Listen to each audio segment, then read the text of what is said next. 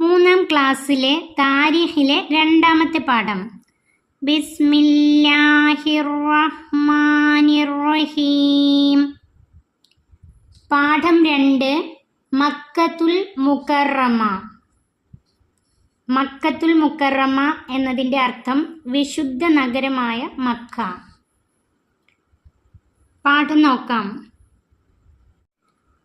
Saudi അറേബ്യയിലെ പരിപാവനമായ നഗരമാണ് Mecca. Saudi Arabia എന്ന രാജ്യത്തിലെ ഒരു നഗരമാണ് മക്ക. നമ്മുടെ നബി മുഹമ്മദ് സല്ലല്ലാഹു അലൈഹി വസല്ലമ തങ്ങൾ ജനിച്ചതും വളർന്നതും ഇവിടെയാണ്. നബി തങ്ങൾ ജനിച്ചതും വളർന്നതും മക്കയിലാണ്. ചിത്രത്തിൻ്റെ മധ്യത്തിൽ കാണുന്നതാണ് പ്രസിദ്ധമായ കഅബ ഷരീഫ്. മധ്യത്തിൽ കാണുന്നതാണ് കഅബ ഷരീഫ്. ഏക ഇലാഹായ അള്ളാഹുവിനെ ഇബാദത്ത് ചെയ്യാനായി ഭൂമിയിൽ ആദ്യമായി സ്ഥാപിക്കപ്പെട്ട വിശുദ്ധ ഭവനമാണ് കഅബ. അള്ളാഹുവിന് ഇബാദത്ത് ചെയ്യാനായി ഭൂമിയിൽ ആദ്യമായി സ്ഥാപിക്കപ്പെട്ട വിശുദ്ധ ഭവനമാണ് കഅബ. ഈ കഅബ മക്കയിലാണ്. മക്ക വിശുദ്ധ നഗരമാവാനുള്ള കാരണങ്ങൾ: മുഹമ്മദ് നബി സല്ലല്ലാഹു അലൈഹി വസല്ലമ തങ്ങൾ ജനിച്ചതും വളർന്നതും മക്കയിലാണ്. അള്ളാഹുവിന് ഇബാദത്ത് ചെയ്യാനായി ഭൂമിയിൽ ആദ്യമായി സ്ഥാപിക്കപ്പെട്ട വിശുദ്ധ ഭവനമായ കഅബ ഷരീഫ് മക്കയിലാണ്. ബാക്കി നോക്കാം. പരിശുദ്ധ ഹജ്ജും ഉംറയും നിർവഹിക്കാൻ ലോകത്തിൻ്റെ എല്ലാ ഭാഗത്തു നിന്നും മുസ്ലിങ്ങൾ എത്തുന്നത് മക്കയിലാണ്.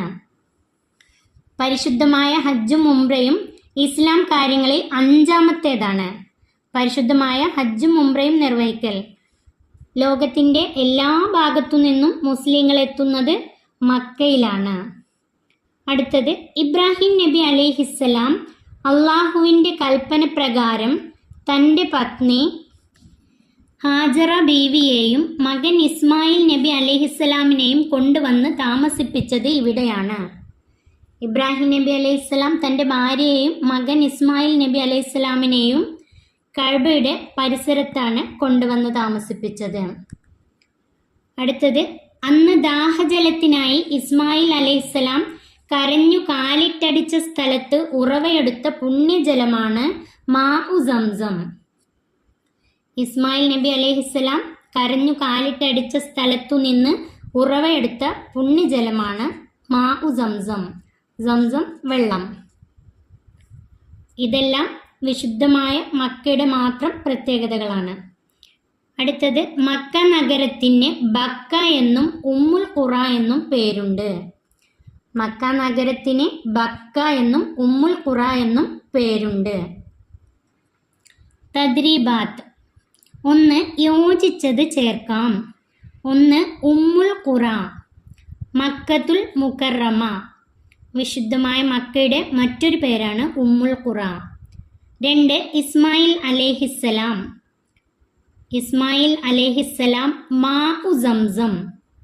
ഇസ്മായിൽ നബി അലൈഹിസ്സലാം കാലിട്ടടിച്ച സ്ഥലത്തു നിന്നാണ് സംസം വെള്ളം ഉറവെടുത്തത്. 3. പത്നി. ഇബ്രാഹിം നബി അലൈഹിസ്സലാമിൻ്റെ പത്നിയായിരുന്നു ഹാജറ റളിയല്ലാഹു അൻഹ. ഹാജറ റളിയല്ലാഹു അൻഹ. 4. ആദ്യ ഭവനം. ഭൂമിയിൽ അള്ളാഹുവിനെ ഇബാദത്ത് ചെയ്യാനായി ആദ്യ ഭവനം കഅബ ഷരീഫ് ആണ്. ശരി അല്ലെങ്കിൽ തെറ്റ് അടയാളപ്പെടുത്താം. 1. ഇബ്രാഹിം നബി അലൈഹിസ്സലാമിൻ്റെ ചരിത്രം ഞാൻ കേട്ടിട്ടുണ്ട്. എന്താണ് ഇബ്രാഹിം നബി അലൈഹിസ്സലാമിൻ്റെ ചരിത്രം? ഇബ്രാഹിം നബി അലൈഹിസ്സലാമിനെ അള്ളാഹു ഖുർആനിലൂടെ വിശേഷിക്കപ്പെട്ടത് ഖലീലുല്ലാ, അള്ളാഹുവിൻ്റെ സുഹൃത്ത് എന്നാണ്. ഇബ്രാഹിം നബിക്ക് വളരെ കാലമായിട്ടും കുട്ടികളുണ്ടായില്ല. ഇബ്രാഹിം നബി അലൈഹിസ്സലാമിൻ്റെ പ്രാർത്ഥനയ്ക്ക് ഉത്തരമായി ഇസ്മായിൽ നബി അലൈഹിസ്സലാം ജനിച്ചു. ഒരിക്കൽ അള്ളാഹുവിൻ്റെ കൽപ്പന പ്രകാരം ഹാജറ ബീവിയെയും പിഞ്ചു പൈതലായ ഇസ്മായിൽ നബി അലൈഹിസ്സലാമിനെയും ഇബ്രാഹിം നബി അലൈഹിസ്സലാം മക്കയിലെ കഅബയുടെ പരിസരത്താക്കി അള്ളാഹുവിൻ്റെ കൽപ്പന പ്രകാരം പ്രബോധനത്തിനു വേണ്ടി ഇബ്രാഹിം നബി അലൈഹിസ്സലാം തിരിച്ചുപോയി. ഹാജർ ബീവിയും മകൻ ഇസ്മായിൽ നബി അലൈഹിസ്സലാമും വിജനമായ മരുഭൂമിയിൽ മക്കയിലെ കഅബയുടെ പരിസരത്ത് തനിച്ചായി. ഒരു ജലകണിക പോലും കാണാനില്ലാത്തിടത്ത് ഹാജറ ബീവി വെള്ളത്തിനായി സഫ മർവ കുന്നുകളിൽ കയറിയിറങ്ങി. പിഞ്ചു കുഞ്ഞായ ഇസ്മായിൽ നബി അലൈഹിസ്സലാമിൻ്റെ പാദമിട്ടടിച്ച സ്ഥലത്തുനിന്ന് സംസം ഉറവെടുത്തു. പിന്നീട് അവിടേക്ക് ആളുകൾ വന്നു തുടങ്ങി. വെള്ളമുണ്ടായതോടുകൂടി പല ആളുകളും ഗോത്രങ്ങളും വന്ന് താമസിക്കാൻ തുടങ്ങി. പിന്നീട് ഇസ്മായിൽ നബി അലൈഹിസ്സലാം വളർന്നു വലുതായപ്പോൾ ഇബ്രാഹിം നബി അലൈഹിസ്സലാം അള്ളാഹുവിൻ്റെ കൽപ്പന പ്രകാരം ഒരു സ്വപ്നം കാണുകയുണ്ടായി. ഒരു സ്വപ്നത്തിലൂടെ മകനെ ബലിയറുക്കാൻ അള്ളാഹു താല ഇബ്രാഹിം നബിയോട് കൽപ്പിച്ചു. ഇബ്രാഹിം നബി അലൈഹിസ്സലാം ഇസ്മായിൽ നബി അലൈഹിസ്സലാമിൻ്റെ സമ്മതത്തോടെ ബലിയറുക്കാൻ തയ്യാറായി. പിന്നീട് അള്ളാഹുവിൻ്റെ കൽപ്പന പ്രകാരം ജിബ്രീൽ അലൈഹിസ്സലാം സ്വർഗത്തിൽ നിന്നും ഒരു ആടിനെ കൊണ്ടുവന്ന് ഇസ്മായിൽ നബി അലൈഹിസ്സലാമിന് പകരം ബലി അറുക്കുകയും ചെയ്തു. ബലി പെരുന്നാൾ ദിവസം ഉളുഹിയത്ത് അറക്കുന്നത് ഈ സ്മരണ പുതുക്കാൻ വേണ്ടിയാണ്. ഇബ്രാഹിം നബി അലൈഹിസ്സലാമിൻ്റെയും കുടുംബത്തിൻ്റെയും ത്യാഗസ്മരണകളാണ് ഹജ്ജ് വേളയിലും ബലി പെരുന്നാൾ ദിവസവും നാം ഓർമ്മ പുതുക്കുന്നത്. ഇബ്രാഹിം നബി അലൈഹിസ്സലാമിൻ്റെ ചരിത്രം വളരെ വിശാലമായ ചരിത്രമാണ്. വളരെ ചുരുക്കിയാണ് ഞാൻ പറഞ്ഞത്. 1. ഇബ്രാഹിം നബി അലൈഹിസ്സലാമിൻ്റെ ചരിത്രം ഞാൻ കേട്ടിട്ടുണ്ട്. കേട്ടവർ ശരി അടയാളപ്പെടുത്താം. 2. മാഉ സംസം ഞാൻ കുടിച്ചിട്ടുണ്ട്. സംസം വെള്ളം കുടിച്ചിട്ടുണ്ടെങ്കിൽ ശരി അടയാളപ്പെടുത്താം. 3. മക്കത്തുൽ മുക്കറമ ഞാൻ കണ്ടിട്ടുണ്ട്. വിശുദ്ധമായ മക്ക കണ്ടിട്ടുണ്ടെങ്കിൽ ശരി അടയാളപ്പെടുത്താം, ഇല്ലെങ്കിൽ തെറ്റ് അടയാളപ്പെടുത്താം. 4. എൻ്റെ വീട്ടിൽ ഉംറ ചെയ്തവരുണ്ട്. വീട്ടിൽ ഉംറ ചെയ്തവരുണ്ടെങ്കിൽ ശരി അടയാളപ്പെടുത്താം, ഇല്ലെങ്കിൽ തെറ്റ് അടയാളപ്പെടുത്താം. 3. പേരെഴുതാം. 1. ഇബ്രാഹിം നബി അലൈഹിസ്സലാമിൻ്റെ മകൻ. ഇബ്രാഹിം നബി അലൈഹിസ്സലാമിൻ്റെ മകൻ ഇസ്മായിൽ നബി അലൈഹിസ്സലാം. ഇസ്മായിൽ നബി അലൈഹിസ്സലാം. 2. ഇസ്മായിൽ നബി അലൈഹിസ്സലാമിൻ്റെ മാതാവ്.